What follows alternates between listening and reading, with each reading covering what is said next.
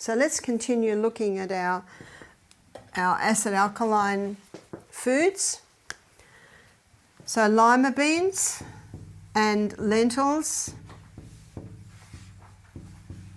and soy are your 3 alkaline legumes. And remember, soy is only a problem if it's been genetically modified or grown with poisons.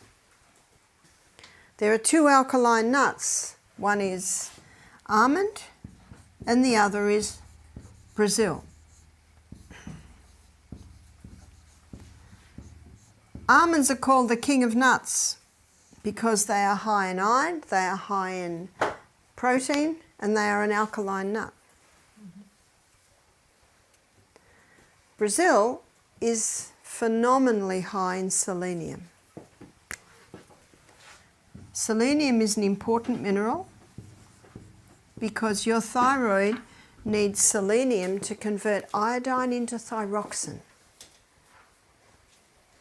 And mercury fillings have a affinity for selenium. So when someone's got a mouthful of mercury fillings, it's going to take all their selenium. So if someone has thyroid problems, it's important to investigate whether they have whether they have mercury fillings. Yeah?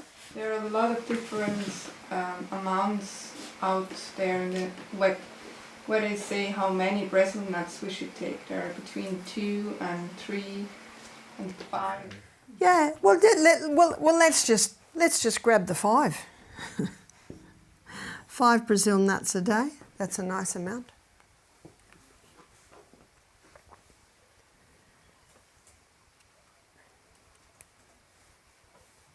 They're the 2 alkaline nuts. They're the 2 nuts I usually eat every day for breakfast.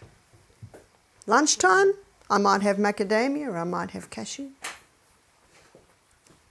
It's a nice dessert, is a small handful of nuts. Nuts are expensive, they're very concentrated, you don't need much. Most people don't have nuts for a month and then they eat a whole bag. Isn't that true? All your seeds sit on the alkaline side. So the most acid-forming substance that can be taken into the human body really is the pure crystallized acid that's extracted from the sugarcane plant. These acid-forming foods are high in the acid minerals, which is phosphorus, chlorine, and sulfur.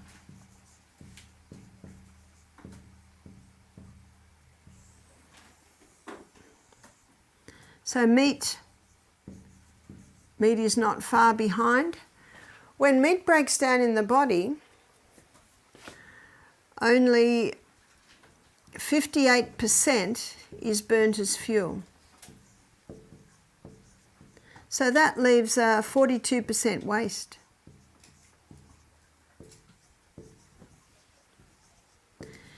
It's a sulfur waste, it's highly acidic, and so what the body does is it uses the calcium to negate the sulfur residue, meaning being the most alkaline minerals. So look at a glass of milk. A glass of milk is high in animal protein. It is high in calcium. And the 5 stomachs of the cow can handle that, but remember, we've only got 1. So because of the high acid waste that the animal protein gives off,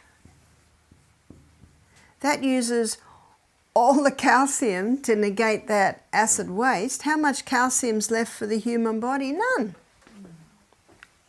And that explains why the countries in this world that are the highest dairy consumers have the highest incidence of osteoporosis.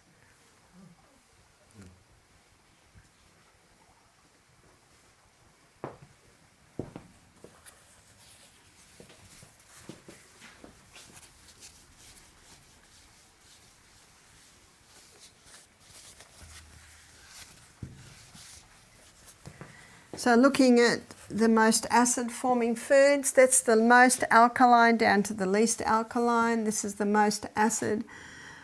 Aged cheese. What's the blue in the blue vein cheese? It is mold, that's right, so that's very acidic. But there is a pH 7 cheese, and that would be something like your feta. So your fresh cheeses, cottage. But of course the problem with these is the cows they come from, ricotta. But they don't have the mold factor. So if you've got guests that want to eat cheese and are going to eat cheese, or they've got a family, say, well, go for your fresh, but ideally go for maybe organic cow, or you can get goat or goat or sheep. I don't have much. They're not attractive to me, but these are options that you can give guests. Caffeine. All your caffeine foods and drinks are acid forming. Alcohol is not a food, but it certainly creates an acid environment, as does tobacco. As do drugs. Remember, drugs are chemicals and have an acid effect. So all your other grains, other than millet, buckwheat, quinoa, amaranth, spelt and kamut. All your other legumes, other than lima, lentil and soy. All your other nuts, other than almond and Brazil, have an acid effect. But it's all about balance. So to maintain this 6.5 environment, we need to be taking into our bodies about 70 to 80% alkaline. So that's a 20 to 30% acid. So that 20 to 30% acid ideally should come from this section here. So it's not that rice is bad, or oats are bad, or chickpeas are bad, or macadamia nuts are bad. No. You need a little acid. It's all about the balance. But what we find in Australia, about 90% of Australians are having an acid diet, and 10% alkaline. No wonder disease is out of control.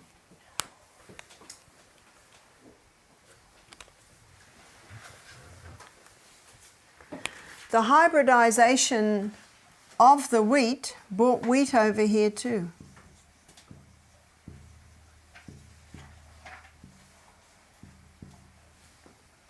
It not only changed the starch structure, it also changed the gluten and the protein structure, and it also changed the mineral balance structure.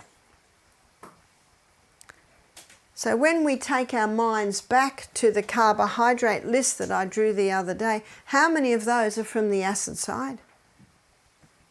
They're all from the acid side, except for potatoes.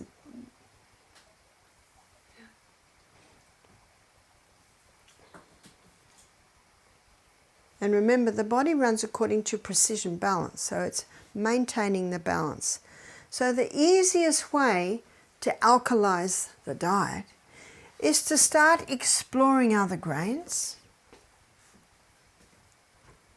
is to eat more vegetables, more dark green leafy, and if the person doesn't have a diabetic problem, and if they don't have a weight problem, and if they don't have a yeast problem, and if they don't have cancer, then they can eat more fruit. It's not that fruit's bad, it depends on what's happening in the body.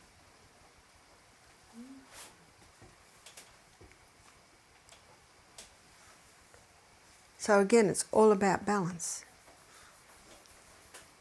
And a breaking of these laws creates the acid condition. So keeping of these laws, maintaining a more alkaline diet, gives the body the conditions that it can function very, very well and prevent disease. And if there is disease there, it can go far to beginning to turn it around. I'm surprised at how many people adhere to this when they leave our retreat. And I think it's because they've heard the whys, why we should be eating this way.